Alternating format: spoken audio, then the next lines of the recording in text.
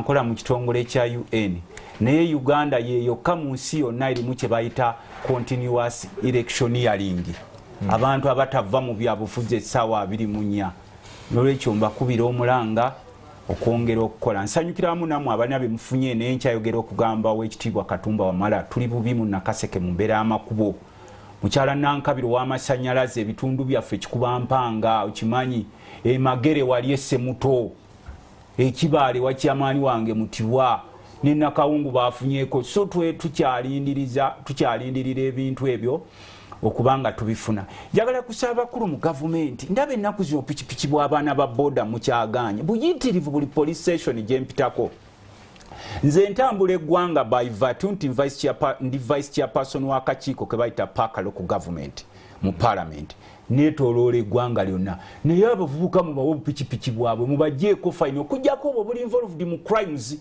oba mu bubbi naye bano mukwata simanyi tuwe pamiti simanyi ebijaketi ensi eri bubi buli omu yeeyiya bweyiya afande wa poliisi gondaba kuba nze omu kubasinga okubalwanira abapoliisi musula bubi mulya bubi nkulwanirira bakongeza omusalo wa poliisi obeere bulungi ate nawe weeyiza ku mwana wa kapikipiki buli muntu mu ggwanga kati yeeyiriza kuwa boda namukwata muve mu kibuga n'abatalinamu yadde kapoloti mu kibuga oba akananka konna naye agamba wa boda afulume n'ekyo kino nkyogedde not as an ordinary man as a leader abaana ba boda abo mubakwateko bulungi si bwe waliwo kenyagala okusembyayoko abakulu abali mu gavumenti n'omusolo gweyongedde ffe tutambula nga abakulembeze don't call me honorable when the people we are leading are not honored omusolo gweyongedde omuntu uli yaleetanga container 5 olwaleero ne half container takyagisobola banaffe aba URA abasolooza bazaakayo mwe musolooza busolooza oba olyaggalawo naggalawo n'otuukeyo mu byalo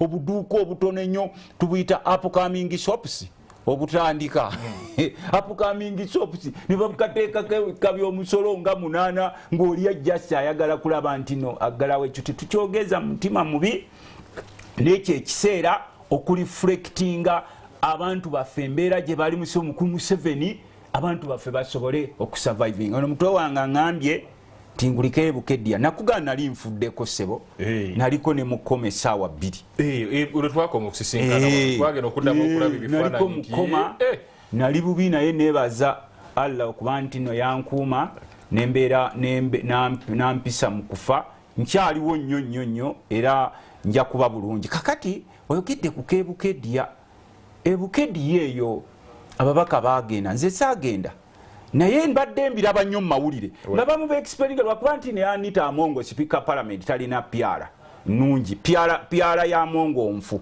kubanga speaker wa parliament yo nagendako ewaabwe mu kakiiko kanga ka Park Local Government yazimba ndayo bakuba ebizimbe yazimba yeddwaliro lebayita eriri very modern Ebukedya naye bwe baba kuba ennyumba etasobolaga nti aba bakuba ennyumba lwaki n'eddwaliro lyenzimbe wano temuliteekawo bateekawo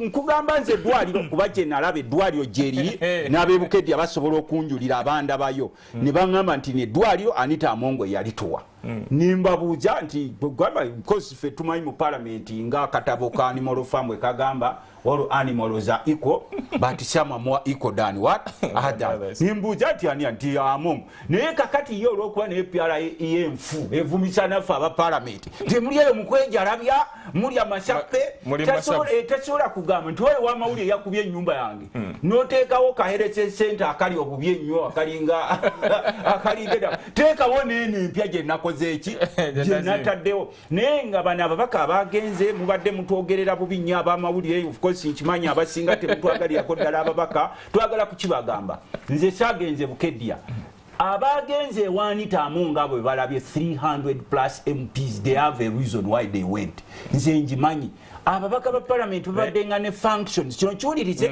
kuba luli najjano naye nkugamba nti batusaze omusaala gwaffe naye nga sinalaba NTV bweyogera nti abaka baba basaze omusaala nga ne wetweyongeza 10 kyemuseesa ku mawulire nti abaka bali mu kulya naye bwe nalabye nga baogera ku babaka ebisatu abagenze kino njagala kibagamba nze kiri mukwano nnyo gwa Anita Amongo ndi amujasa n'ordinary MP Anita Amongo abeeredde nga ababaka ba parliament bangi onaakimanyi abamuyisenga ku functions ng'abawa abamu not less than 70 millions. So fanga buli mubaka agenda awandikira speaker namwereza not less than 50 millions buli mubaka awandikira mongo. Taiba tebatera nnyo muwandikira kimanyi lwaki oba mufutafuta. Lengo bamuwandika. Na kati nabo badde bakomyawo muzigo. Ntimame yambeererawo ku function yange nange nzo kubeererawo ku ki? Okujjako Luttamaguzi atagenze. Okujjako nze ate nange teyambeereranga ku function yange.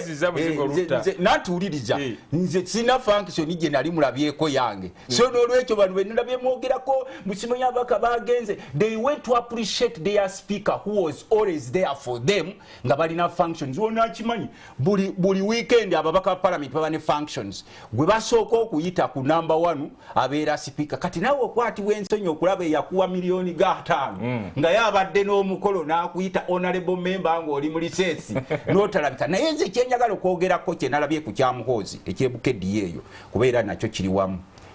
Muhoozi bwe yabadde agenda ebukeddi kuba nawulidde abamu bapronouncing mu parliament yawagidde Muhoozi.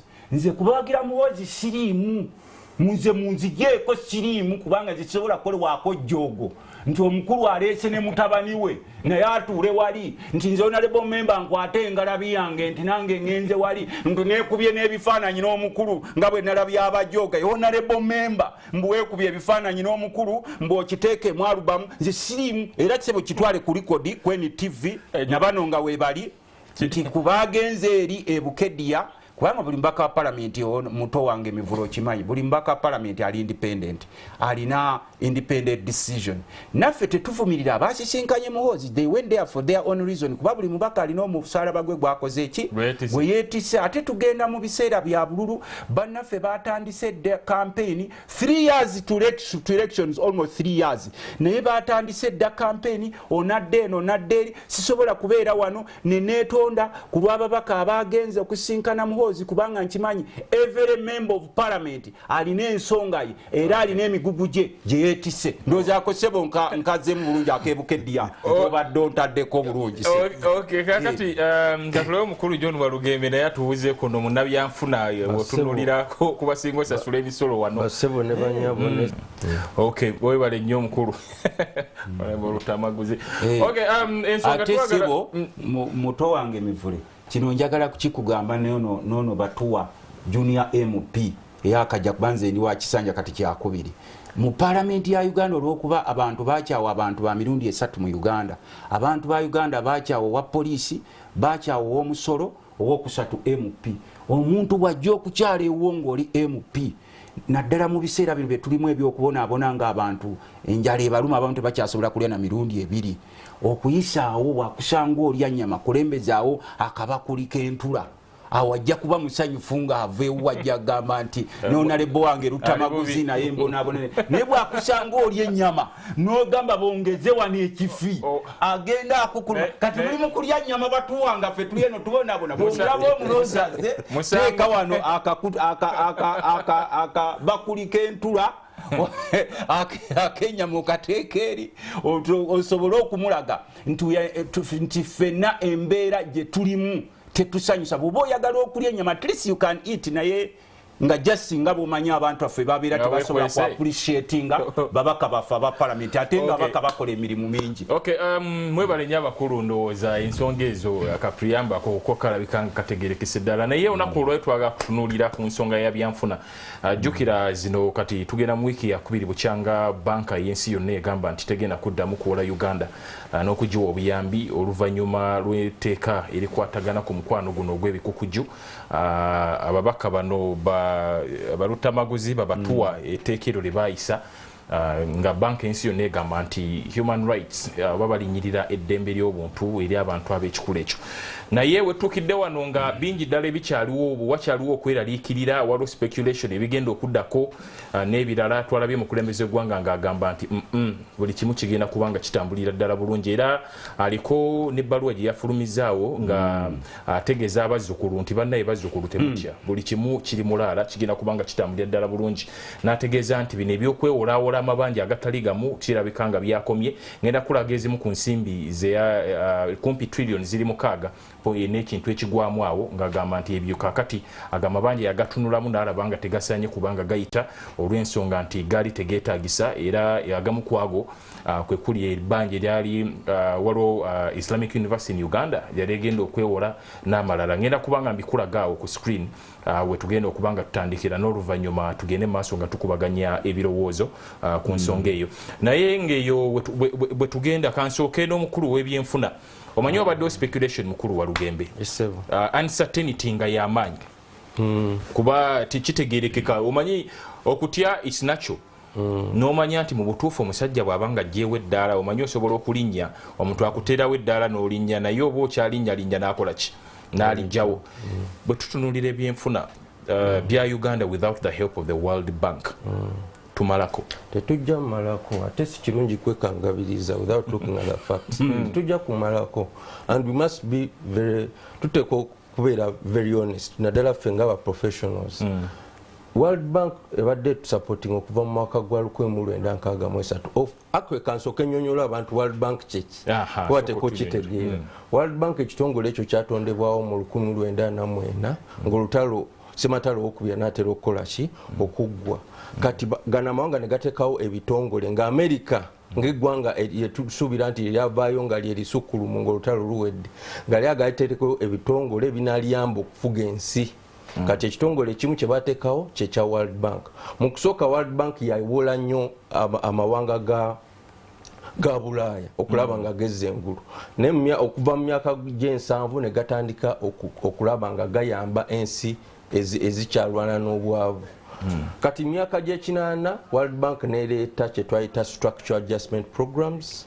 okulaba nga gavumenti zetundako ebintu poliisi ezo nno zakosa nnyo amawanga gano nga Uganda twetundako ebyaffe abantu bangi abali bakolera gavumenti ne bagobwa and so on so mu myaka gy'ekinaana n'ekyenda World Bank yatukola bubi nnyonnyo naye ate World Bank etuwa ssente okumala emyaka mingi myaka 3 myaka 4 ku miwendo emitonotono ate bw'otunuulira weteeka ssente mu byobulamu mu byokusoma mu byenguudo ze areas ezo wosanga nti gavumenti terina ssente kola ki kuziteekawo ate kizibu nnyo okufuna omuntu omulala asobola okuteeka mu bintu ebyo kale n'olwekyo abantu baffe bateekwa okutegeera nti yes waliwo disagreement eno naye ssente World Bank zetuwa nnene kati portfolio ntunudde sava $5.7 billion okitegeera zebadde geno teeka mu economy mwe muli trillions eza Kampala hotel ez'enguudo bw'ogenda mu bibuga byonna USMID ani akoze enguudo is World Bank funding e Masaka Egulu wa Mbale lights ezo zonna bw'otunulira ssente ze bagenda kati balina projects 2 ezigenda oyamba businesses balina gye bayita Grow eyamba abakyala balina endala Ignite eyamba abalala bakola value addition so ekikulu kiri bwe kiti World Bank mu statement yayo yagambye nti tuli concerned teteeka lino teriri aligned ne values affe sizabisiyaga wabula za inclusion gender inclusion bonna nti okusosola tososola fe sente zaffe totekwa kola ki totekwa sosola kale tweraliikiridde nti sente zino buli omu ayinza okukola ki ayinza obutakola ki obutaganyulwamu ate n'ekirala si lwe lusoose World Bank yatuwa ssente okukola oluguudo olugenda e Kamwenge bacontractor ne bazaala mu baana b'ekyalo n'esazaamu fandi negamba nti mmwe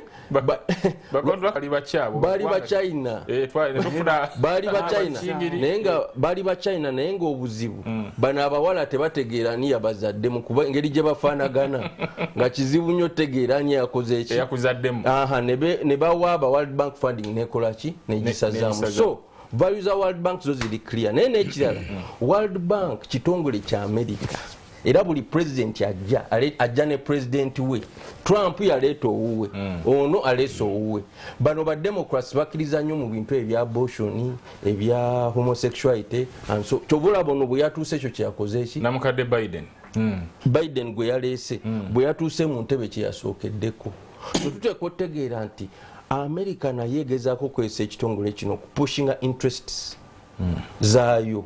Kale bwe tuba twetaaga obuyambi bwe tukwataganye tutya nabo okulaba nti on one hand tebatudictating nga kiteekebwa kukola, naye ate naffe tetukola ki, tetulaga nti tubeewaguddeko tetwetaaga buyambi bwaffe. So kyendowooza kiri bwe kiti, yes tujjayita mu kiseera ekizibu nnyo, I don't think it's worth it. N'ekisinga obukulu kiri bwe kiti, ffe tulowooza nti already wabaddewo mechanisms okusolvinga ekintu kino. Tulina penal code, tulina section 145 mu penal code eyo eraga kiki kyenyini kyetuteeka okukolera abantu abo, naye bameka betwaleese mu kooti. So okuleeta obuleese etteeka eppya ne tugamba ffe tuli baki twerwanako, it does not help. Abantu abaavu tebalina kye basobola kuaccomplishing. Bwe tuba tulwanira omuntu omwavu, omusajja yagabako obubizi emukono n'abagamba mmwe gwe weyite Honsworth obwavu. So bwe tuba tugezaako okulwanyisa ebintu bino aye ne twavuwaza abantu baffe tuba tetubayambi. So omwavu, in other words, omwavu tabana kake, omwavu tasalawo. Teri muntu mwavu asobola, yes, because omuntu alina enjala buli oli kyakuwa kyokola ki kyoteekayo kuba otasabulamu. That's the point. Bw'oba mbagala otegeera sanctions zino kyezikola ensi, omuntu ateeka otunulira Zimbabwe nga tebanabbateekako sanctions z'ensi ezaali zisinga obugagga mu Africa, naye kati bw'ogendayo kaba n'amaziga. So tetuteekwa kukola rush decision. Kyobola abaffe tulowooza twandibadde ne discussion nga bannayuganda ne tukola situation analysis. How big is the problem of homosexuality? Tutegeere eri mu masomero, eri wano, eri wa funding zaabwe ziyitawa, ne tufuna situation analysis report. Ne tutegeera what are the solutions. Buli omu n'aleeta idea ye, naye tosobola kugamba nti solution eri emu teeka lino lyokka. No way. No way. We must go back and have a robust discussion on this law and its effectiveness to solve the problem. Okay. Yes. Mukulu batuwa. Mukulu omuwulidde naye wetunuulira ku bino byonna byonna funding omaye tutunuulidde nnyo ebyenfuna n'ebirala naye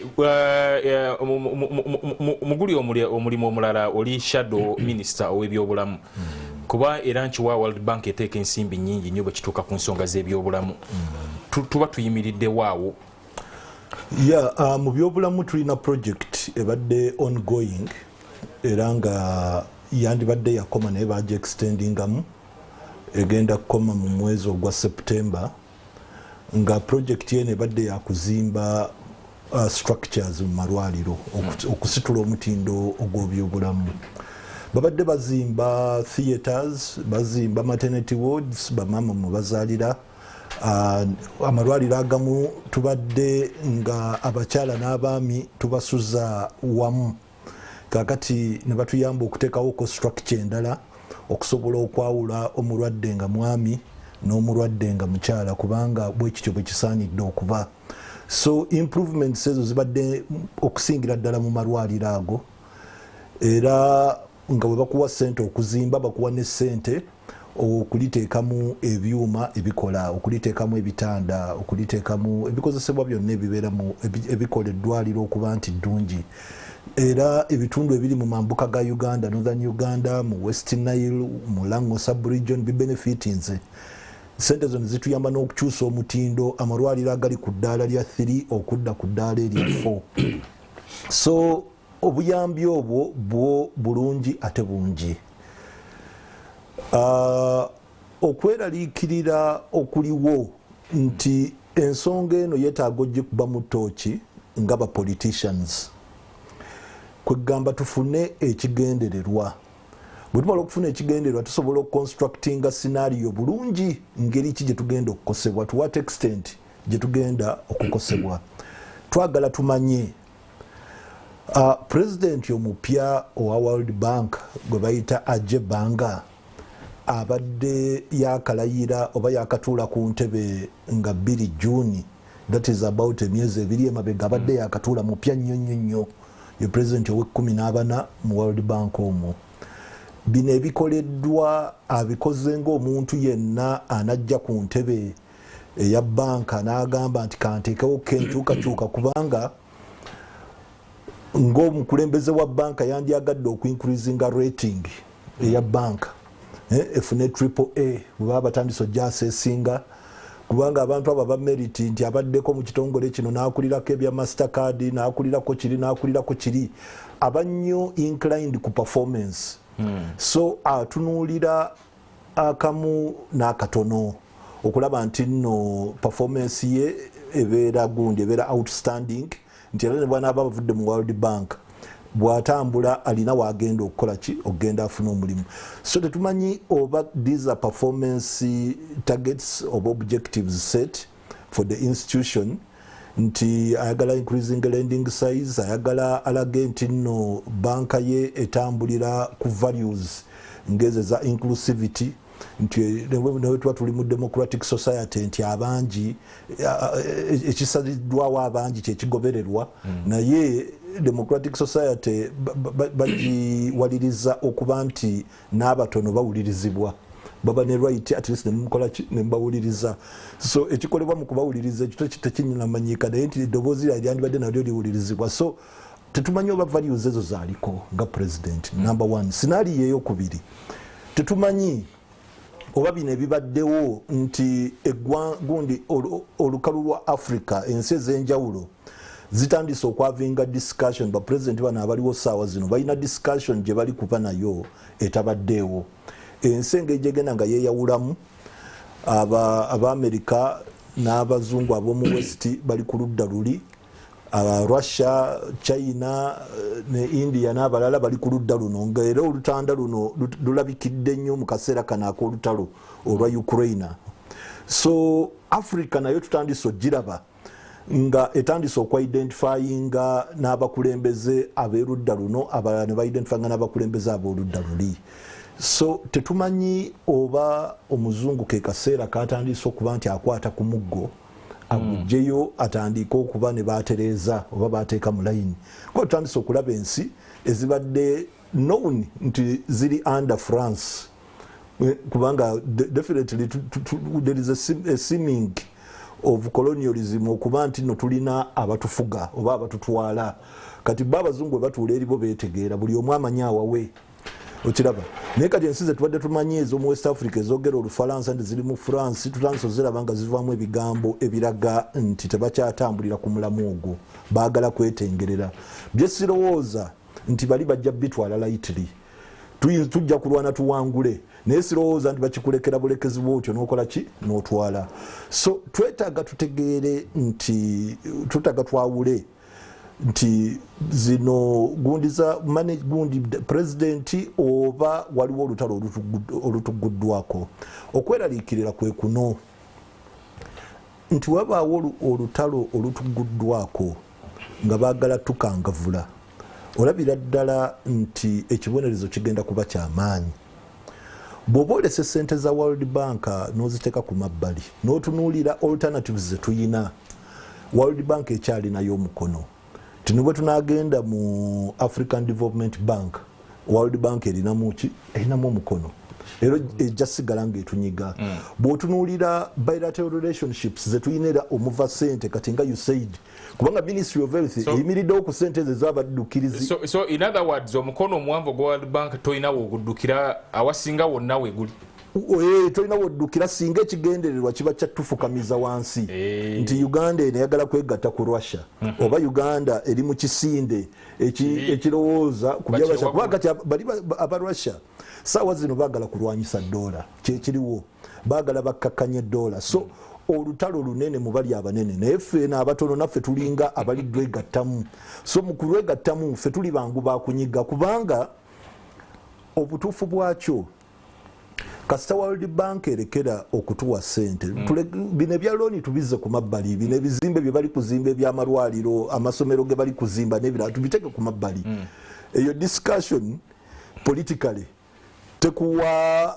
tekutiisa okiraba kubanga waliwo abaana boba omanyi nti basobola okusomera wansi w'omuti kubanga tubalaba era amasomero ago n'ebifaanyi bikola bitya webiri kakati okubateeka mu gundi mu kibiina oli politician tekirina effect gye kimuwandooza n'ebbaluwa gy'awandiise kyekyo lwaki eriki eri bwekyo naye ng'ekitiisa ennyo kiri nti Uganda teprintinga dola esente zetuprintinga ze zino Uganda shillings ngenzito ze bayite ekizike tukikubira bweru wa ggwanga naye newe tuba tukikubira wano okiraba kakati mu butaprintinga dola kikukosa kitya omusuubuzi mu Uganda muno okimanyi bulungi byetukola bitono nnyo oyinza n'okugamba nti wali kyetukola kuba ne butoothpick bu earbuds biva bweru so bwe tuba tunaagula ebintu ebweru tujja kuba twetaaga ki dola omuzungu gyakumye okuwa gyoli kufuna nga muloni kati gwogifuna nga muloni ozimba okole biki naye more than ekizimbe kiri kyozimba n'essomero lyozimbidde abaana bakyasobola okusomera wansi w'omuti ekikulu kiri dola eneenene ze mu ggwanga gyolikwata n'owo omusuubuzi asobole okugenda e China oba agende egundi India oba agende wa abeeko ne byagula aleete mu ggwanga okiraba eyo bweba teriiwo enaabawo ejja kuba ntono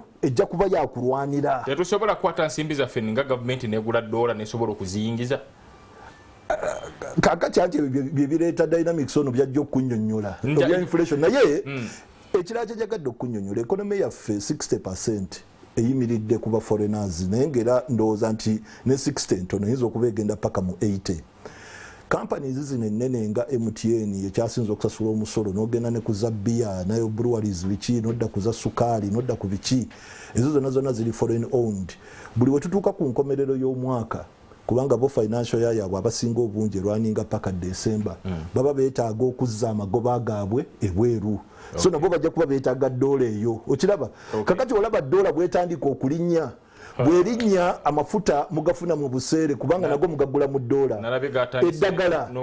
eddagala lidda mu buseere kubanga nalyo muligula mu dola nze ndabira ddala nti okubonaabona tekuli ku looni okubonaabona kuli ku dola eno kakati bwemala okufunza bwe bati amafuta ne galinnya eddagala ne lirinnya ebikozesebwa byonna ebiri imported ne birinnya ensi etandika okukulemerera oba okuzitowerera okukontrolinga kubanga buli omu aba munakuwavu buli omu aba wa busungu teri muntu munakuwavu alina busungu aba nampisa aba akyafollowinga order ndozo kiraba kakati tulabira ddala nti awo omuzungu wekiba kyota aba atandise okusikamu enku okiraba okunafuya so bwe tutegeera nti ekigendererwa kyabwe kiri political n'amagezi tugasala agali political entugamba nti omukulu awetaagisa okufukamira omusoga agamba okukuba amavi okufukamira tawetaagisa okufukamira gwaba n'abasajja abagundi abo abazungu abo ab'ekikeeki abakulira gundi World Bank abasajja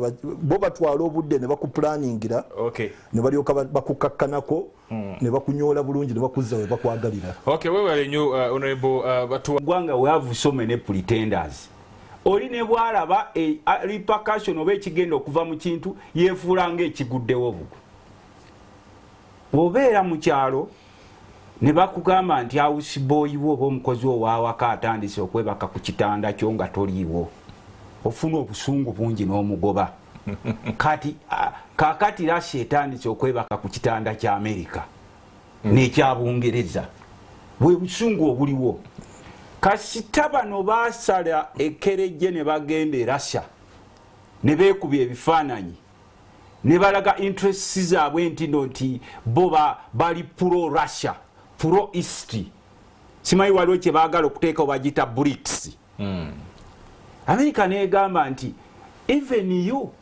betubadde tubeezaawo issue eriwo kino si amabanja gano galonizi era nasomye ebbaluwa ya Museveni ze nasoma byanfuna nezino ebbaluwa Museveni zawandiikadde ya political era zisomebwa abo batalaba wala de myopic people basomeze ebbaluwa ne bazibelievingira in bw'oba otunuulidde nti World Bank eri useless ne loans zeetwa zo zituuka ku bantu amakubo gafa dda neotuuka ekkubo nze ntambula ensi yonna ekkubo standard lirina kuwangaala myaka 5 agawana ekkubo balikola ne liwangaala nnyo liba lya myaka 2 eriwangadde nnyo nabaddeko ennaku ezo mu Arusha Tanzania emabegakawo nembuuza nti waki amakubo geno malungi nti Magufuli yakolanga bwati bwakuwa contract okulime okuyiwa korasi ku kkubo bw'oba olimaliriza jja n'akasuuluulu n'atemako bw'oba wakoze kaguuni agamba liddemu ng'ate okozesa ssente zo kakati bino bebateekamu simanyi looni zizagize eno problemu yatandikibwa mwami Museveni bwe yajja wano bamugamba ebintu bino wammanga mwabali mu kufuluuta byenjagala muwulirize bamugamba nti oba oyagala okufuga ebyenfuna sooka obitte genda otte gye bayita middle class. In Uganda, middle class is just 2%. Waliwo gugapu gunene nnyo abavu basinga obungi ennyo ne kakulimu k'abaana abagagga beddiza eby'eggwanga byonna middle class teriiwo. There is no country without a middle class that can survive economically.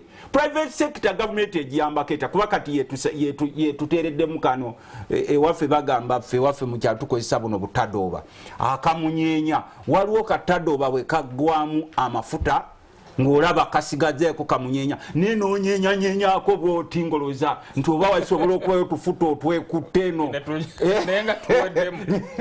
okalaba tetuliyo kati Museveni anyenyanyenyamu ku katadooba mb'omuliro gusobole okwaka naye nga mwe temusobola mugamba nti tadooba temuli tufuta nakamu.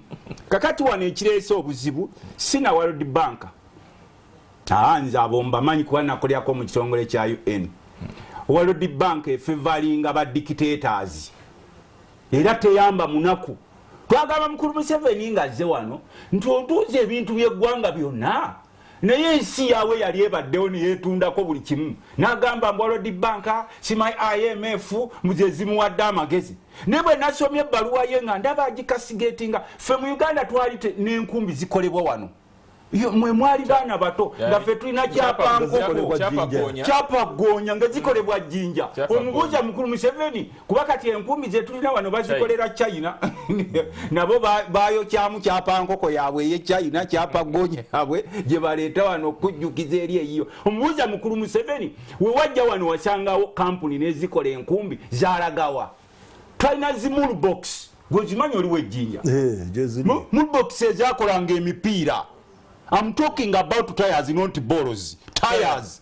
Ngazikola emipiira gya piki egy'eggaali muzazaalagawa ezo zonna kampuni twalina nze namala ekitebidde and boarding primary school ewankulukuku P7 mu 1994 twayambalanga esaati eza white ze bayita Yamato nga zikolebwa kampuni yaffe eno eya Naitiru. Omubuuza Naitiru yalagawa ne bagikuba wansi ekigo. Kakati ne World Bank yabatunuuliranga nega akantunuulira abajega bana be bajjeeko ebintu byabwe just an individual ng'atuuza bano bannabyanfuna n'abategeerera politician n'ategeerera abeconomy singa olwaleero boolaba ono gwe baleeta wano mu finance ogenda n'olaba byayogera nga biri so political n'omugamba nti otunuulira Uganda weeraga kuba kakati we tulise bwe bw'aba mulwadde aliko kifuluuta naye ali ku mulwadde amujjanjaba ali ku WhatsApp ye yagamba oba omulwadde afa tebinkwatako. Olwaleero embeera eriwo World Bank gyeyogerako tegenda kukwata ku bano bamulya bisiike kubanga singa ebeeradde egenda kubakwatako kye baalisookeddeko bye bino wammanga. Tulina ba ministers 82 lwaki obeera ne ba ministers 82 n'otagamba nti olw'okuba embeera mbi nnyo kambasale basigale 20 ntambule n'abantu oba tusookere kubabaka anti kyokoliko badde kiwaki gwe naawe otandikira ku mubaka nsumulula ate osuna oyagala kugoba batuwa mu studio oyagala kubonale bo batuwa mu studio kakati anti kyandise ze nkugamba you have 82 ministers of which you can reduce obaba cabinet bali like 40 cabinet buli minister avuga V8 mwami Museveni bwe yali ajja wano nze nani akolera TV wange omu yali minister mu government yenga yakajja bavuganga zirawule naye olwaleero laba minister mbusimanyi minister tasobola vuga simanyi pulimo tavuga na zino simanyi zi audi ayagala V8 n'atuula muli nezikabanga nezimwekera mu nsi gye bayita Zambia. Bino tubabuulira kubanga ffe abamu twasoma byanfuna.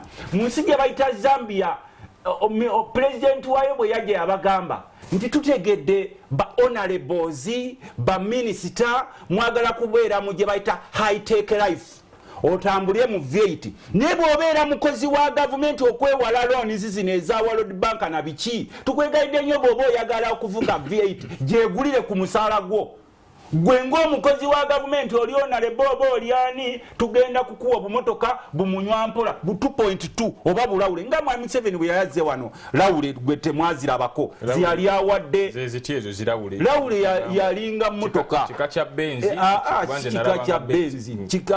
kika kya motoka ebenywa mpola siya zino zivyeit ezinywe nnyo vyeit ozimanyi ngeno onalebo batu wajjajiddemu bwogikumamu omuliro netokotanga ennyonyi dudududududu ng'erina gittanka eri amatono mwakyakulabirako kubanga mukwano gwange jjajiddemu ate siiye nzigenda byebazze bamwerekerako kakati nodira baminisita bawadde zivyeit they are so many balina beescots n'omaliriza buli mukwano gw'omufudde senior presidential advisor.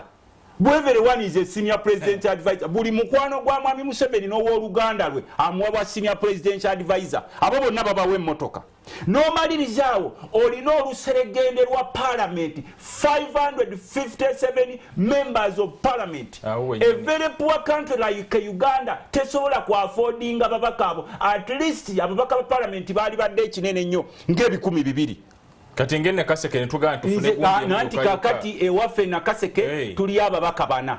A smaller na Kaseke, why can't you even have one MP?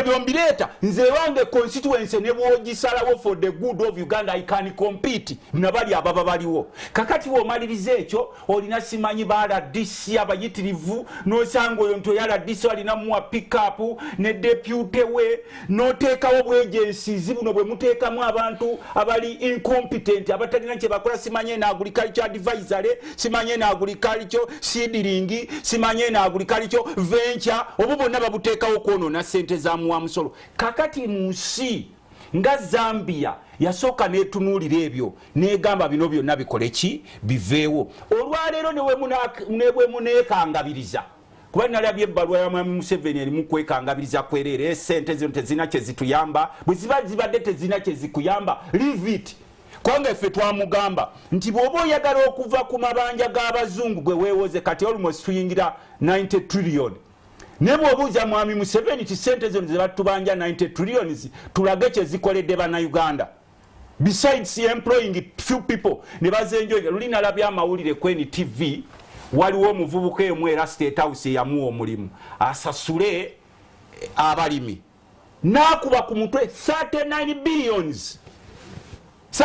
billions kati bombi bana abantu b'omukyalo olw'okuba tebamanyi nti rackets z'ababizino ziri interconnected era ba Luganda abali mu kunyagulula bo bakuba bukubinga n'olwekyo sebo ffe World Bank tetugenda kuginenya tukimanyi nti no waliwo ebyetunuulira naye ereme kwekwasa nnyo ebisiyagazi just by the way bwe mba nkikubuulira bano abazungu bagamba nti abasajja bano lwaki bagenda e Russia twagamba mukulu Museveni excessive expenditure zateeka ku UN omanyi UN sente gye tuzisasula mu ntalo useless was a very poor country like Uganda ngeri Congo Uganda eri Somalia Uganda eri Central African Republic Uganda eri Angola Uganda eri Sudan Uganda zibulabula n'obuuza ezo sente zigenda kulaga deibolo nga ffe tulina okusasulira katono nnyo kenjagadde okwongerako katono nnyo nga tugenda okuwummula Honorable Luttamaguzi kyagambye nti sente za looni ezo tezitugasa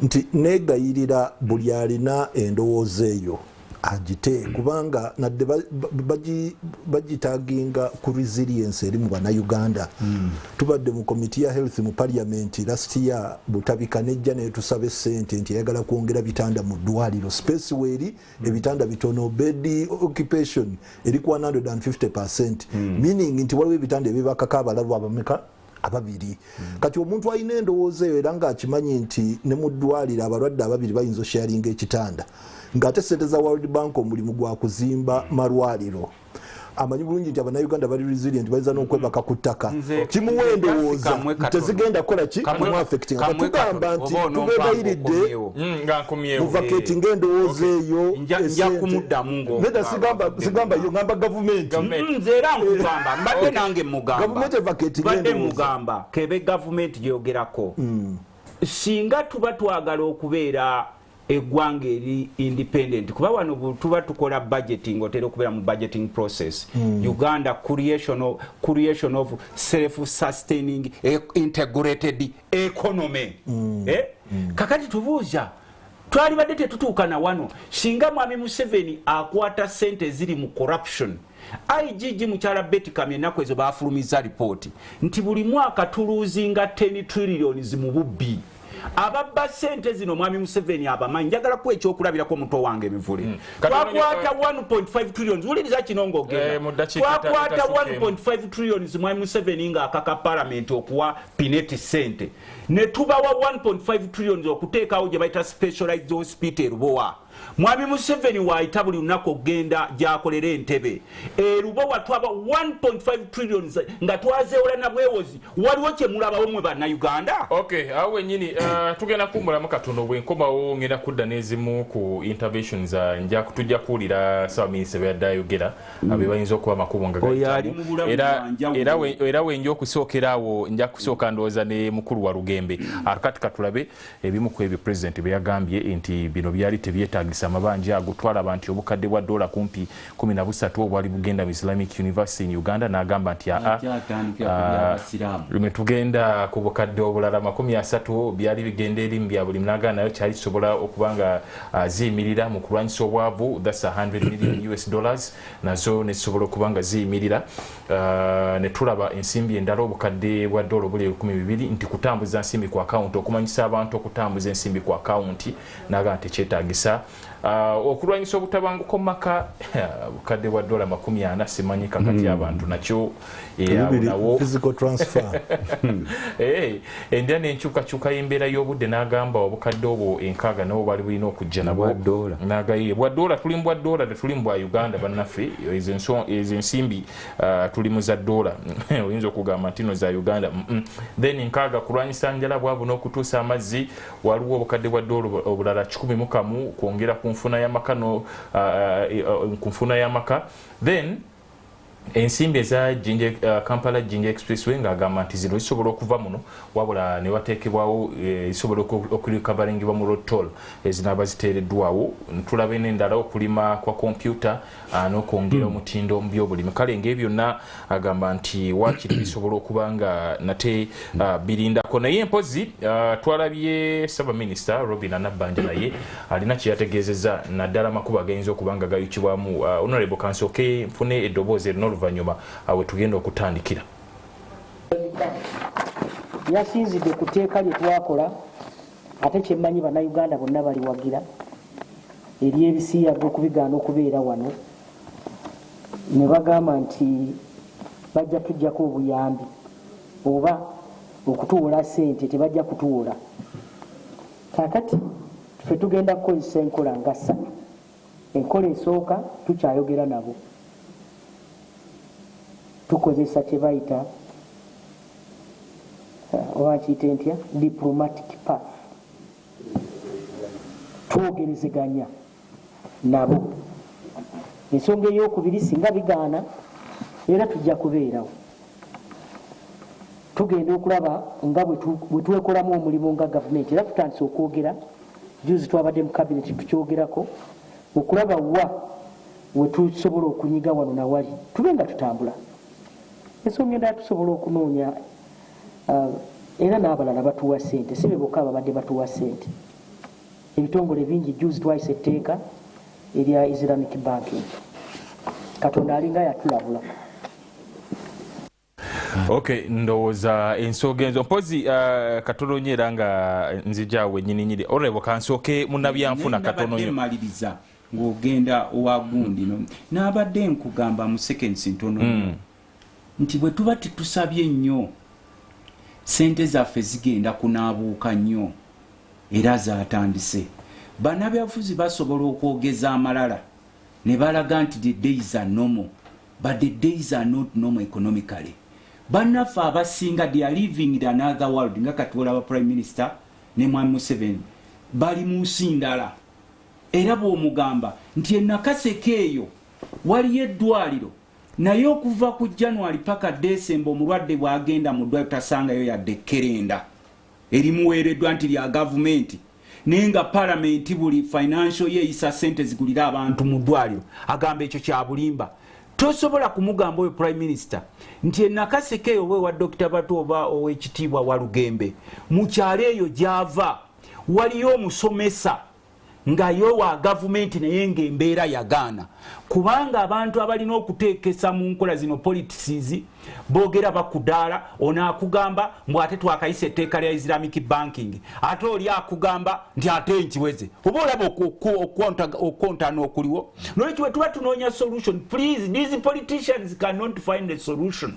Twagamba mukulu Museveni bw'oba oyagala okutugoba ku malooni zigano getwewoze left and right kola ebintu bino wamanga mu seconds ntono nnyo sooka okwate ku babbi bo boolina mu gavumenti gye tuyita corruption ne buli mwaka ababbi aweeweeta baweeweete is massaging his thieves because most of them are his friends ababba eggwanga kakati tetulina ngeri gye tugenda kuva mu kati abagakano ke tulimu paka agabba eggwanga lino nga gavudde mu ggwanga lyaffe. Okay, nga bwe ngenda ewa mukulu wa Lugembe banaffe abali ku online mwebale nnyo ndaba Morinto Haise n'abalala Sinan Maru Andrew Muhumuza Tadewo Mutebi Area Muhumuza n'abalala mwebale kubanga mwe ensonga mu program girabiddawo ku online. Okay, bwe tugamba Mr. wa Lugembe bwe tugamba okufuna alternatives abantu abamu batunulidde nnyo eggwanga erya China. China esobola okusustaininga kino World Bank kyebadde ekola n'ekituulamu bulungi ddala n'eggumira. Okay, nga sinaba kuddamu kansooke n'ensonga bbiri. Ekisooka bwe twalinga mu ssomero ng'oyinza okukyawa omuwala n'omugoba naye bw'omala omugoba naye n'agamba nange mbadde sikola ki nange mbadde sikwagala. President kyakola kyekyo nti bali already bagese nti tuzisazeeyo naye n'agamba nti kati naffe tubisazizzaamu. Ayewe nakonze jjukiza twali mu primary waliwo foxing erina grapes zeeyagala ng'ebuuka nnyo okuzifuna kati bwe yalemerera okuzifuna n'egamba after all they are sour naye ng'abadde ebuuka okukola ki okuzijjayo. So nze ekyo sikirabamu nnyo makulu kuba bw'otunuulira sectors projects ezibadde mu pipeline ezisinga ziri social kyovula asikiriza n'abantu bagamba nti sente za World Bank adde babbanzibe no way. In fact sente za World Bank zibadde zizibikira ebituli ebisinga kuba zo zituukira ddala kuki ku muntu bwe tugamba USMID buli town gye bakoze enguudo sente za World Bank. Bw'ogamba nti Islamic banking yegenda okuzaawo ate nga ne sente za university obadde ozijja mu World Bank kwa wandisuubidde nti abali baba bagenda kuwa bwe bandisookedde ku university yaabwe yeki yennyini. So ekyo gaapu nga bw'ogiraba nnene kulwanyisa bwavu kuyamba bakyala kola kiso kyendowooza nti prime minister kyayogeddeko ekyokwogezaganyaawo kyekisinga obukulu. Tutunuulire report World Bank teyagambye musazeemu tteeka and that's a mistake.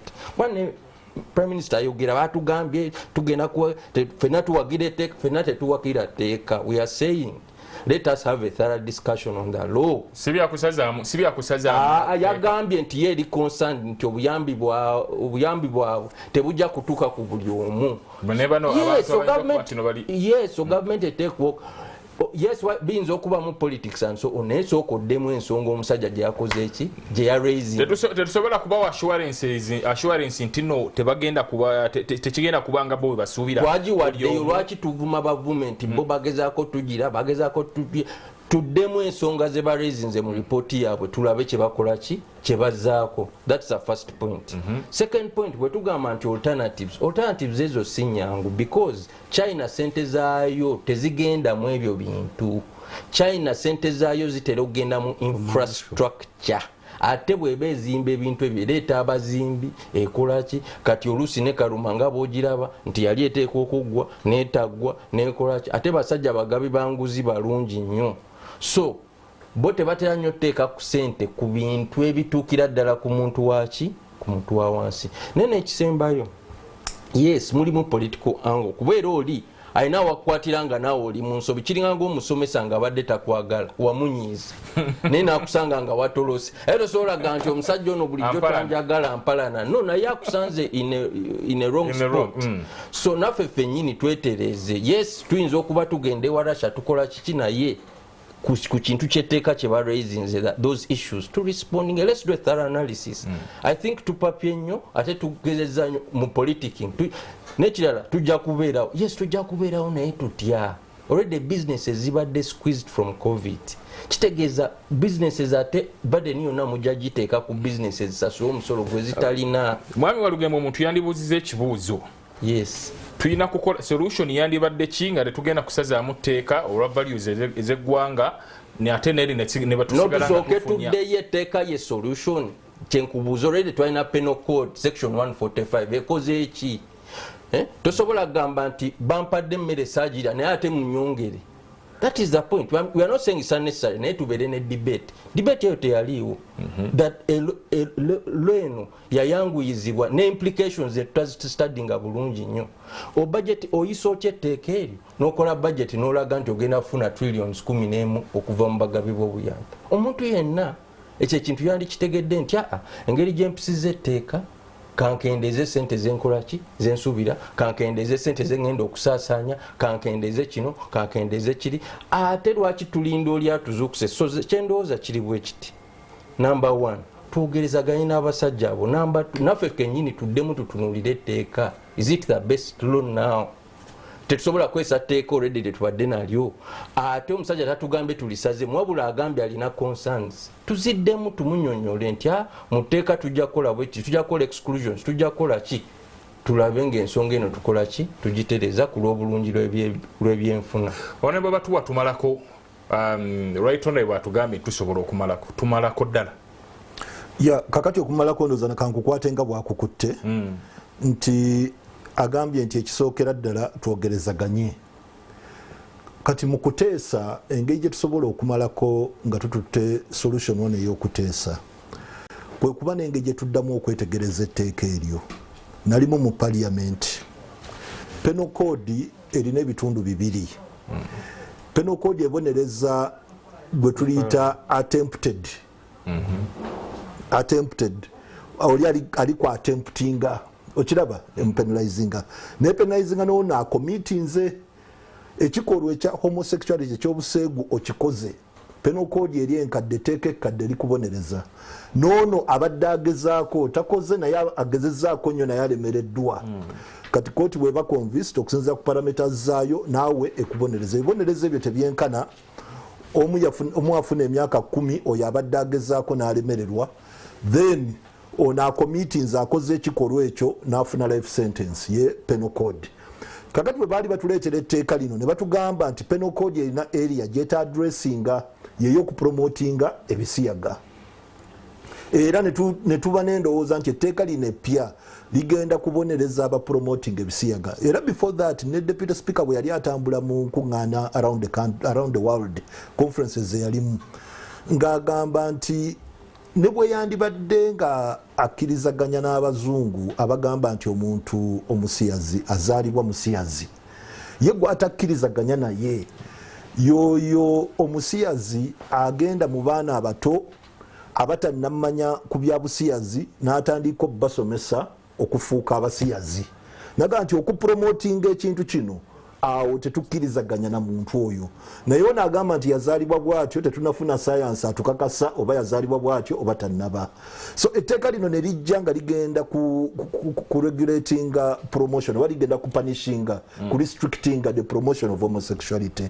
Naye mu kuleetebwa lyali ggazi nnyo ne liyisa omulamwa gwalyo. Kati mu kuteesa tutandikiraawo twalawinga scenario. Nalaba meeting ya EU representative we Canada bwe yali aliyo n'agamba nti yandibadde ajja ne bbaawe naye tasobodde kujja na bbaawe naye ng'ayogera naye musajja ate nga minisita mulamba. Okiraba kakati oyo bw'abazze e Uganda, etteeka ly'e Uganda terimwawula ku munnauganda. Bw'abazze ne bbaawe bombi si bannayuganda naye bazze nga badiplomats wano oba bazze mu lukiiko. Bwe bajja mu Uganda bombi si bannayuganda naye bamanyikiddwa mu nsi zaabwe nti they are a couple.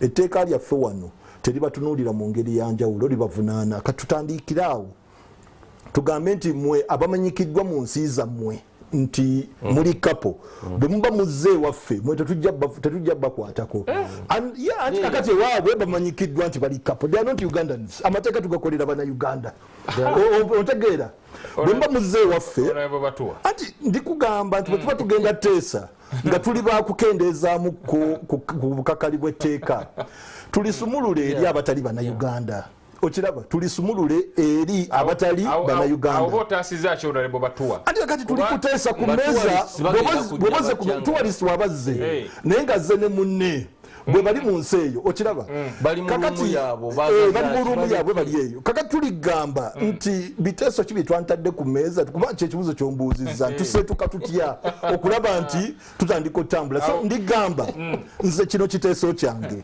ndigamba nti nze mmanyi bulungi nti amateeka ge tukola tugakolera bana Uganda ekyobusiyaga tetukyagala mu bana Uganda naye abali eri abazungu ewaabwe tetubalinaako influence so babazze wano provided tutaddewo obukwakiriza obugamba nti bye bakola baba bikolera mu byama nga teri muna Uganda abalabye asobola kujja kukola ki kuloopa bagende maaso ndowooza nti obukwakiriza obwo bajja kulaba nti naffe tulina kye tukoze nabo baveeyo gye bali ekyo kyekisooka kati ku kyokubiri Honorable Nabanja kyagambye right honorable kyagambye nti tujja kumalako kubanga alina kyayogedde n'agamba nti ne bataatuwe ssente tujja kumalako ekituufu kyennyini ne ssente ezo zonna zolabye President Museveni zagambye nti tetuzeetaaga ssente zo tuzeetaaga olw'okuba twetaaga olupapula lwa ddoola n'amabanja ge batuwa bagatuwa mu ddoola n'okugasasula tulina kugasasula muki mu ddoola kyewabuuziza nti bwe tuprinting eza Uganda tetuyinza kugula ddoola ojja gigula kwani ani anaakwata esente za Uganda gyogenda nazo bakitunira nga kipapula tekiba na value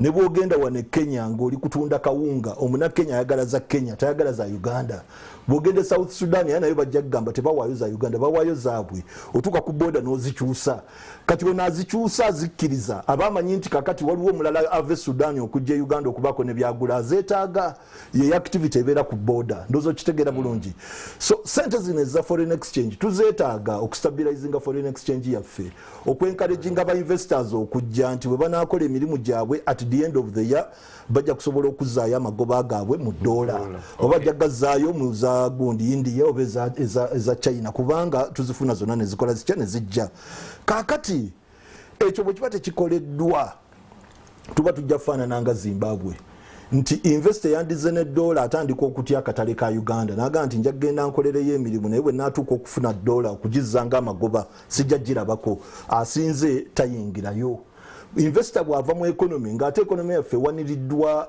60% to 80% by these people economy kwe kukkira ddala ekyokubiri economic growth gye bayita economic growth etambulira ku bintu bisatu etambulira ku bano ba investors foreign direct investment bana baleta sente mu ggwanga netambulira ku government expenditure sente zino zetuyisa mu budget netambulira ne ku gundi netambulira ne ku exports naye bank eno baterituwa sente kitegeeza ne budget support teriiko kati therefore government expenditure naye ka so there will be recession eno decision yeno gye bakoze ereta recession tumalako tutya tuba tulina kwesigama ku Kenya nti amafuta tujja kugenda tugagule Kenya tukozese sente ze Kenya mu foto kosa dola singa baba baganye embeera ne banka lubune tudde mu biri betwalimu 86 president byatusangamu nga business tujikola na Kenya blue band tugula Kenya sukali tugula Kenya omugati silipa tugula Kenya katuba tuzeeyo mu position yeyo kati ekyo bwe kiba kinaakola tuba tusaba Kenya ebeere stable ereme kukola ki kuteganyizibwa naye ate Kenya yeetaga Kenya shilling ogifunye otya tulina kulima ne tubawa kasooli gwe baagala ne tubawa ebijanjalo gwe byagala naye Kenya ya leero eri etya Kenya ya leero ye Kenya eganye okugula amata gaffe ye Kenya eganye okugula amagi okiraba so olabira ddala nti ne scenario ezaaliwo before 1986 nga tuli mu recession yembi engeje twa survivinga mu nti sawa zino tezili very practical waliwo gundi waliwo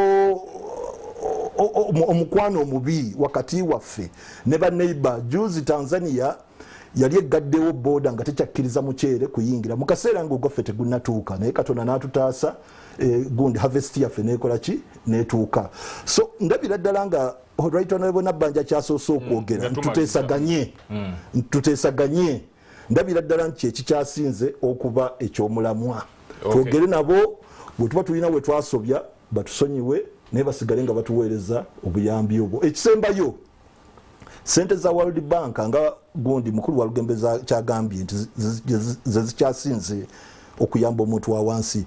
Njagadde okwongera ku ggumba eryennyama nangamba nti ne bw'otunuulira projects zaabwe okwawukana n'eza gavumenti oba okwawukana n'eze China bwe bakwata ssente ne baziwa gavumenti, abakulu mu gavumenti ne bakwata ssente ezo ne bazisaasaanya oba zituuka oba tezituuse. World Bank weeyawukanira nti essente zaabwe bwe zijja zisigala mu projects zaabwe kugamba nga USMID n'agikulira mukozi wa World Bank, oyo agikulira aba n'obuvunaanyizibwa okulaba nti ssente se etuuse. Bw'otunuulira mu Ministry of Health sente ze bakozesezza okuzimba amalwaliro, procurement team enyoonya contractor agenda okukola emirimu egyo, eyo team si eya gavumenti. Era mu ministry ojasanga procurement team eya World Bank, osange ne procurement team eya gavumenti. Abayuda namugamba kyempandiise kati parliament yakola etteeka, kati we are looking for the way forward. Tetukyatunulira bino byemabega. Etteeka lyajja ababaka ba parliament ya honorables si baana bato nti baali tebamanyi kijja kujja. Ne Mwami Museveni kuba buli kimu kati Mwami Museveni yatutegeerera wano mu ggwanga. Ne Mwami Museveni amanya ekijja okujja kuba si gwe gwali omulundi ogusooka. Etteeka eryo okujja lyajjako mu 2014 ne balita. Kakati bwe tubeera ne bapretenders nti ebyagize tubadde tetubitegedde. Nze kisooka I salute honorable members abaakola etteeka eryo.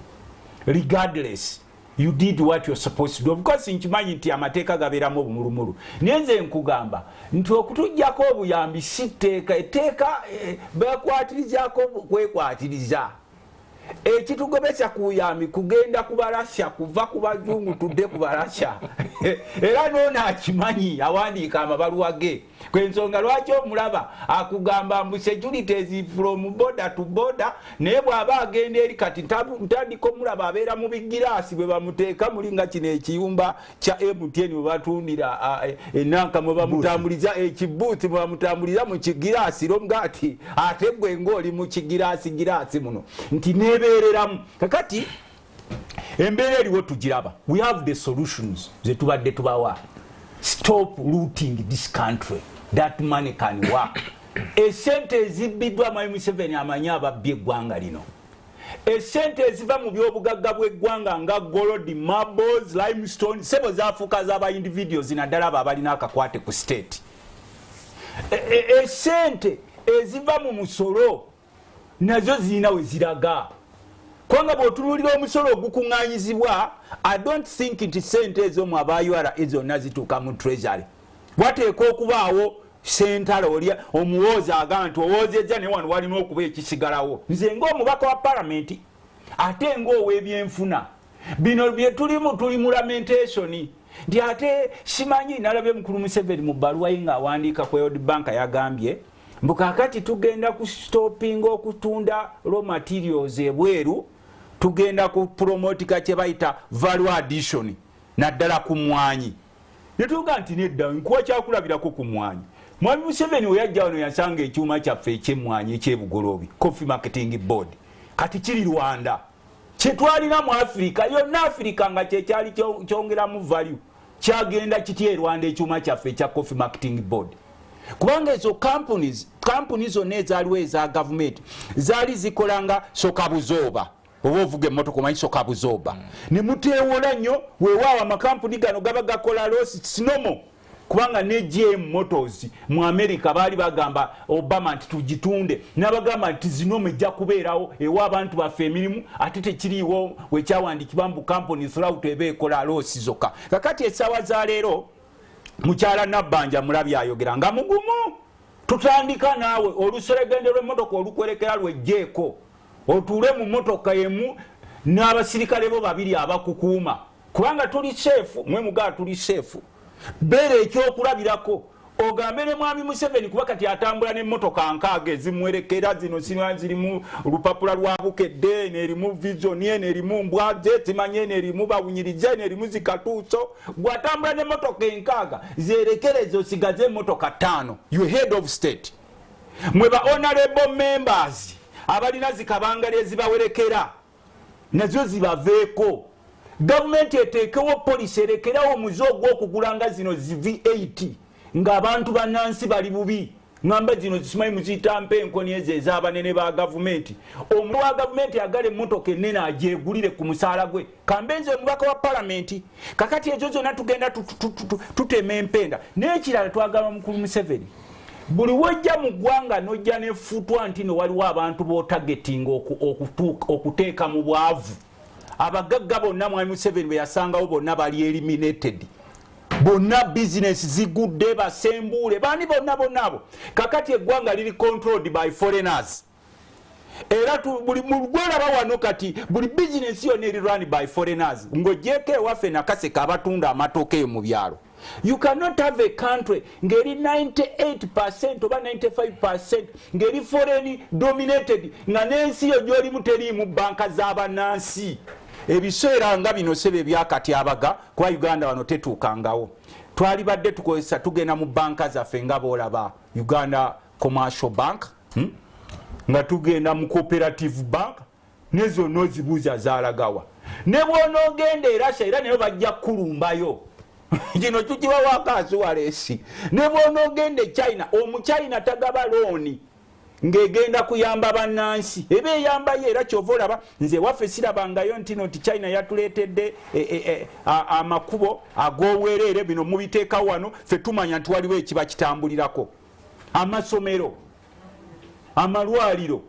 Kubanga ebyo byonna ebintu singa bibeera funded mu mutima omulungi. Bano Abangereza ne bwe munebeegobako kuba kati omukulu yabagambye mbu Democracy w'Abangereza ali very expensive n'olwekyo alina kugenda mu East kuba mu East bo batunuulira gavumenti batunuulira ba individuals. It's a wastage of time. N'ekyokubiri ow'ekitiibwa Prime Minister Nabbanja kuba gwe gwendabye oyogeza olugumugumu olunene nti simanyi tugenda kusurvivinga. Tosobola kusurvivinga mu nsi nga muli ba minister abo bonna. You a lead of government business, advise your boss the president nti ba minister bangi tusigaze ba minister 15. After all ba minister abasinga mu Uganda tebalina na makulu. Oli namuwambo esimanya lera mutabani wange mu nsiko ono bamuwa bwa minister mbo yayimba nyombo Museveni abeyo ne bamuwe ono bamuwa bwa minister mbo abe dini gundi naye yagala kuba represented wano no mubuja nti ate ekyo kikwataganya wana economic development kubanga fena twetaaga enkulakulana. Ba ministers abasinga nze ndaba wano mu ggwanga lyaffe tebalina n'olwekyo se omukama wange twagala kwashiwalinga bannansi nti Museveni aliwo takyasobola kusolovinga bizibu byammwe. Ne Prime Minister omulabye nga mukufu ngera n'enjogera ye yonna omulaba abala atali mu nsi ndala ne mukama we ali mu nsi ndala. Kati ffe abantu ba wansi abamanyi obuyambi bw'abazungu ki kye busobola okukola. After all mu abantu ba wansi mukimanyi gavumenti ekola budgeting naye okubatuukako. I have not seen an ordinary person nga appreciating services za gavumenti. Ne bakugamba nti gavumenti yagenze ne yewola ssente okubajja mu bwavu. N'owulira nti yaleese ssente ez'okubajja mu bwavu naye ng'eringa esiga obusizi. Mukulu Museveni nawulidde ayogera ku irrigation systems ezo mu bbaluwa ze nti ezo zigenda kutuyamba okupromotinga ebyobulimi. Twali tumugambye wali eri nga banne bamuwa amagezi ng'akwata obucupa buno simanyi bwa mineral mbu okasiba ku mumwanyi n'oyiwamu amazzi mbu ne gatonyaawo mbu ebibala ne bigenda. Ne tumugamba nedda, the world has moved on. Ensi emuvinga ng'ekozesa resources zaayo. Olwaleero tugende ntwebuuza obugagga bw'eggwanga baani ababulina kuba kati buli kiri ekyali ekya gavumenti ekyali badde kiyambako kyafuuka kyaba individuals. Omukulembeze w'eggwanga atawabulwa nga bonna ba ministers be economists bonna bakeera kumusinza igwe ne bwaleeta ebintu ebitagenda kuyamba ggwanga igwe. Twafunanga ssente okuva mu nnyanja ng'abantu baffe tumanyi wali abafishinga bamala okufishinga ne bajjayo ebyennyanja ne babitunda nebo ne babeera bulungi ku nnyanja yonna obagobye. Abasuubuzi ababadde mu kibuga abasasula omusolo bonna mubalemesezza. Kakati buli muntu ali ku kisenge bwe muleeta emboozi ez'ebyobufuzi eggwanga mulitaddemu electioneering buli kaseera kulowooza ku byabufuzi kuteekawo constituency. Mu nsi enjavu Mwami Museveni yaleese constituency endala 45 zaagala parliament emuyisize 45 new constituencies. Sinaba kwogera ku districts but I'm talking about constituencies. Naye ng'eno bakugamba sente teziro. N'olwekyo ffe sente weeziri.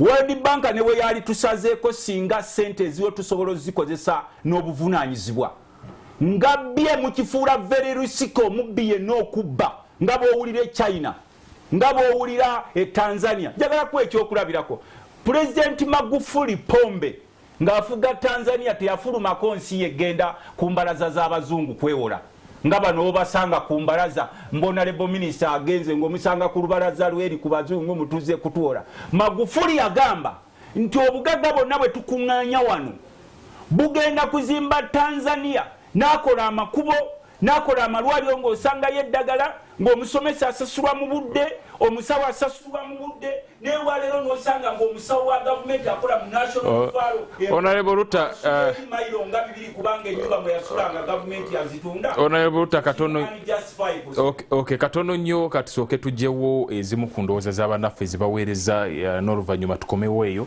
Kandaba ono agambye nti good morning Mr. Ali, in 2002 Uganda had 56 districts which were doing very well. Now Uganda has over 134 districts full of corruption and offices. I think when Uganda reaches the population of China, we shall have each village as a district. Government should reduce on districts, ministers, members of parliament, their allowances, movements, merge departments, expenditure on the ministers who travel in the chain of vehicles, salaries of those who start Miss Kabi contests, which are useless to us, curb corruption. Moses Okuku from Busia district, thanks for serving Uganda. Okuku agambye nti bakendeze ku nsasanya. Mr. Miblewe bali kuweereza gwanga nze kajimu anoduwa ni Rubaga. Singa ababaka bonna balinga Honorable Luttamaguzi singa Uganda yaffe yakyuka dda.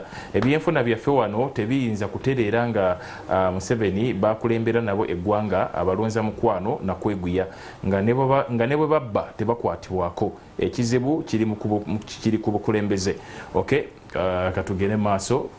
Welcome back, Mr. Ruta. For sure, today you have spoken my mind. All these are done and said under politics. I'm sure when we leave politics aside, World Bank can come while begging us to get a loan from them. Ayesigam Kama Ignatius from Juba, South Sudan. I appreciate your service. Kale katulabo mulala.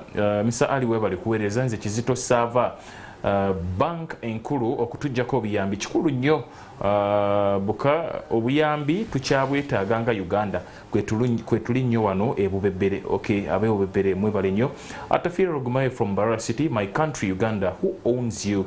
Good morning Mr. Mivule. Honorable Luttamaguzi is a good player but in a weak team. Honorable, come and join us in NRM. Atafira Rugumaye. Honorable Luttamaguzi ogende oyingire bulungi NRM tinno osambira mu tiimu nafu yingira yero kale nze basoma Hamdan okuva ebugiri kansuubire nti okuba banka ensi yonna bwe yatuggyeko obuyambi n'amabanja gonna gebadde tubanja yagatuggyeko sebo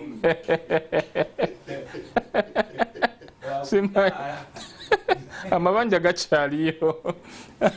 I'm Walter from Busia here. I'm good. Good morning. Thanks for the show. If World Bank closes its aid to it's okay because it has been giving us but nothing we've been achieving. All money government to all the money goes to government officials. They've been eating it. Look at the roads in the city, potholes, bad roads across the entire country. So I don't think if that money has been helping us, go and check schools in the villages, hospitals. Thank you. Okay, Walter okuvebusia mwebale nnyo. NTV ne Ali mwebale kuweereza nze oba batusalako obuyambi batusaleko kubanga n'obuyambi nabo bubadde tebuyina mugaso kubanga ewaffe eryantonde omulwadde asasula eddagala, poliisi bondi ya ssente, amasomero gali mu mbeera mbi, enguudo ntaana zennyini. Nsaba ekiddako basale ku babaka ba parliament omusaala badde ku mitwalo 5 badde ku mitwalo 5 Honorable Jolly Bukondo abatumidde nze wali gwe Sadat munnamawulire eryantonde. Okay, good morning. The purpose of the World Bank and the IMF is to keep low developed countries in poverty by keeping us highly indebted. If they cut off their aid, somehow it affects them too. It is through these loans that they get to influence us. Kavune abalala basatu bana tumalirize. Okay, good morning Ali, thank you for the program. Government is not truthful.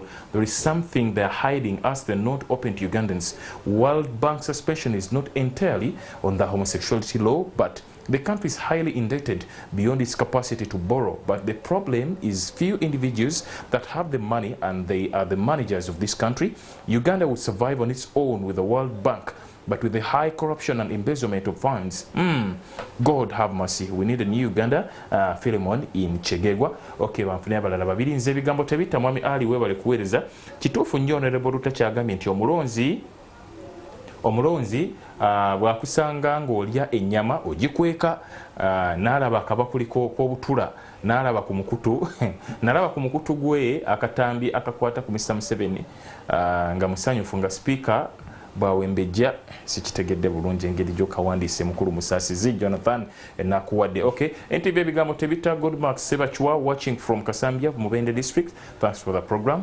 Ndowooza kansembyeyo ono. Godfrey Ginger, the president is acting like a dog barking at a lion. What are the ministers going to steal? Let the president accept to kneel such that his thieves, the fishermen, in the name of corruption, don't suffocate. And we need to protect our values as Africa. Okay, ndowooza ngezezaako okusoma ezimu ku ndowooza zammwe mwebale kuba mwenna abaziweereza nga tuwumbawumba ndaba akaddeko katuliridde empinga naye eddakiika ndowooza nga 10. Kansookere ewa munnabyanfuna mukulu wa Lugembe.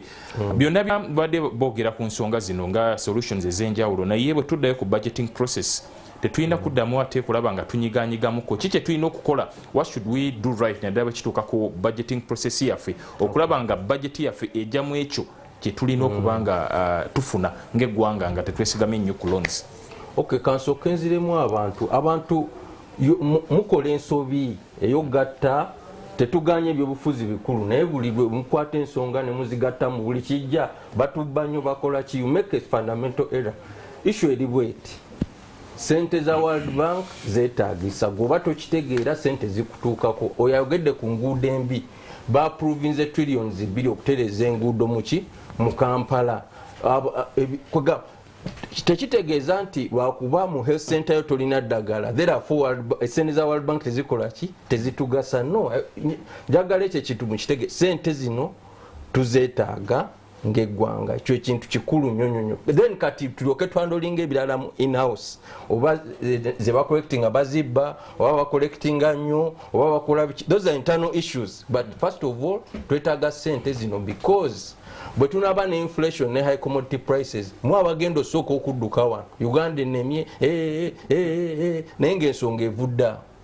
Ojja kukolera sente zo ofune emitwalo 10 weesange nga n'emitwalo 10 gy'ofunye tegigula cupa ya soda. So ekyo ekintu abannayuganda bateekwa okitegeera nti gwoyinza okuba okomplaininga ku mbeera eriwo kati ng'ate omuliro banaatera okukola ki ogwongeramu. So kyensaba nga tetunakudda mu bya budget kuba kati tusuubira 11 trillion from external sources zetugenda okujja eweeru ezisinga zigenda tubadde tusuubira mu World Bank okendeza paka ddi bwe bakugoba ku mulimu n'ogamba kankendeza ensaasaanya kitegeeza n'emmere tojateekamu munnyo omwana bw'anaalala tomutwale mu ddwaliro amasannyalaze ojagajjako osule mu nzikiza.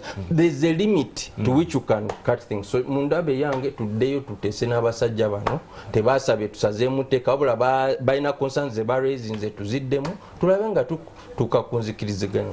Okay, Honorable Batuwanga batuwumbawumba ndowooza we wali nnyo mukulu wa Lugembe nyinza obutaddeeyo olwakadde.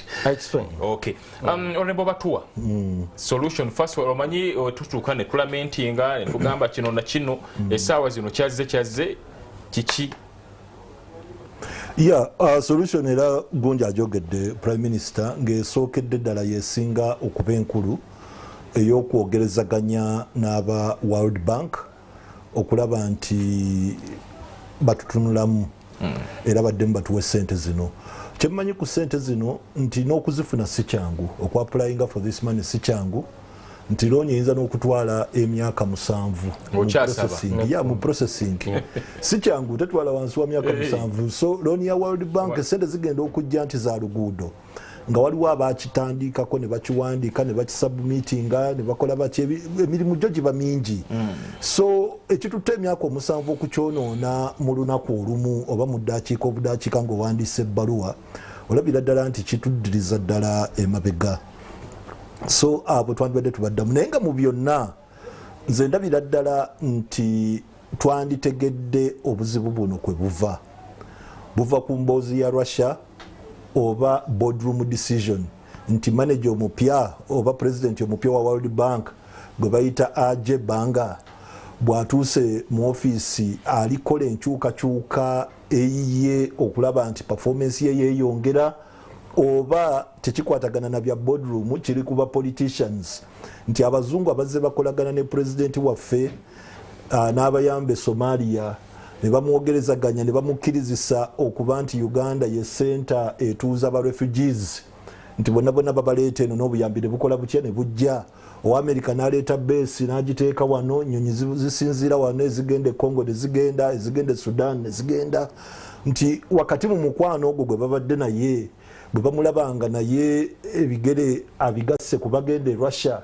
bakijjeemu obusungu ne bagamba nti kati ketutandika okumukuba naye tumukuba bwe tuti kubanga bwe kibanga kyekyo kitiisa nti bw'oba oggyeko ssente za World Bank obuyambi bwe tuyita bilateral nga USAID obugula eddagala mu ddwaliro waliwo abagatta ensonga essente za World Bank tezigula ddagala zikuzimbira eddwaliro ezigula eddagala zondala so gwe bw'osanga eddwaliro eririmu ekitanda naye nga temuli ddagala tekitegeeza nti World Bank tekudduukiridde kakati abagula eddagala ze zino bilaterals nga USAID bagula eddagala lya mukenenya ery'omusujja n'ebirala bwe baba baggyemu amaanyi nga basiseemu oluku ebbugu mulikola ki likendera tisibwewo bokka olabira ddala nti akabondo kaabwe kekatukwatiridde ali ku saidi kuli gwe bayita China ate naye bayina engeri gye bamutuddeko ne Russia mwennyini ali kubasigula naye bamutuddeko bamuwa sanctions mpitirivu ebyokulwanyisa bye takyafuna spare parts na buli nsi eyesigamye ku byokulwanyisa ebya Russia talina spare part kati simanyi ngeri gye bali tunafuyamu batukutte mu gyesente naye ne mu defense bali kunafu y'ensi mpitirivu buli kyakulwanyisa kya Russia kyobera nakyo tekina spare olwebo batuwasibulira ddala abanaye nsimye nnyo okuba nammwe ku programu eno n'ebirowoozo bye tuwaddeyo ne bye musomye nga muzza tulabira ddala tetubadde ffekka nga twogera tuli bangi eggwanga libadde lituwuliriza ab'ejjinja nkomawo tube n'engeri etambuza politics waffe okomawo mu ngeri ekisanja ekirala nedda weekend buli weekend mbayo so nkomawo naye nga ebyekisanja ekirala era tujja bituulamu tutereze ensonga zaffe ezo Honorable Lutanga tumaliriza nga maliriza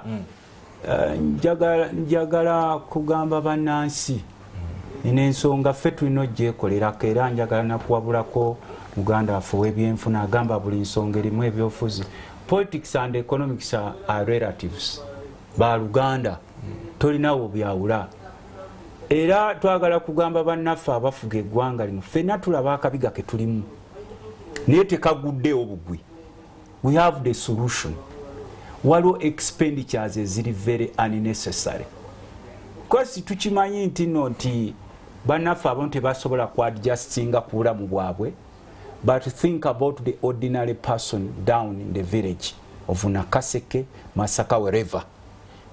Mujjukire tutuuse tutya wano kubanga okutuuka wano batubanja sente nyingi kati olwo banatulerawo ne condition tutuwadde period eno bweti muzisasule mutazituwa tugenda na bintu byammwe mumanye akapanda akali ku kisaawe ky'entebe waliwo abuuziza wali nti sima naddala nga batuggyeko eguuni neziri ze batubanja nazo bazitusonyiwa tebasobola zitusonyiwa bo bagamba muzireete bano bannaffe basobola okwogeza olw'okwegumyagumya waliwo okwegumyagumya we can do without their loans please I'm talking about the ordinary person kubano bamulya bisiika embeera yaabwe bo tekyuka we need that money naye ate olwokuba twagala ssente ezo tetugenda kukyusa mu values zaffe ng'eggwanga era awo nze parliament siginenya actually I salute members of parliament abayisa kuba mwakiisa nga mumanye ekiddirira okuyisa etteeka eryo prime minister waliwo gwe leader of government business ne mukamawo mukulu Museveni akulagira naye yaliwo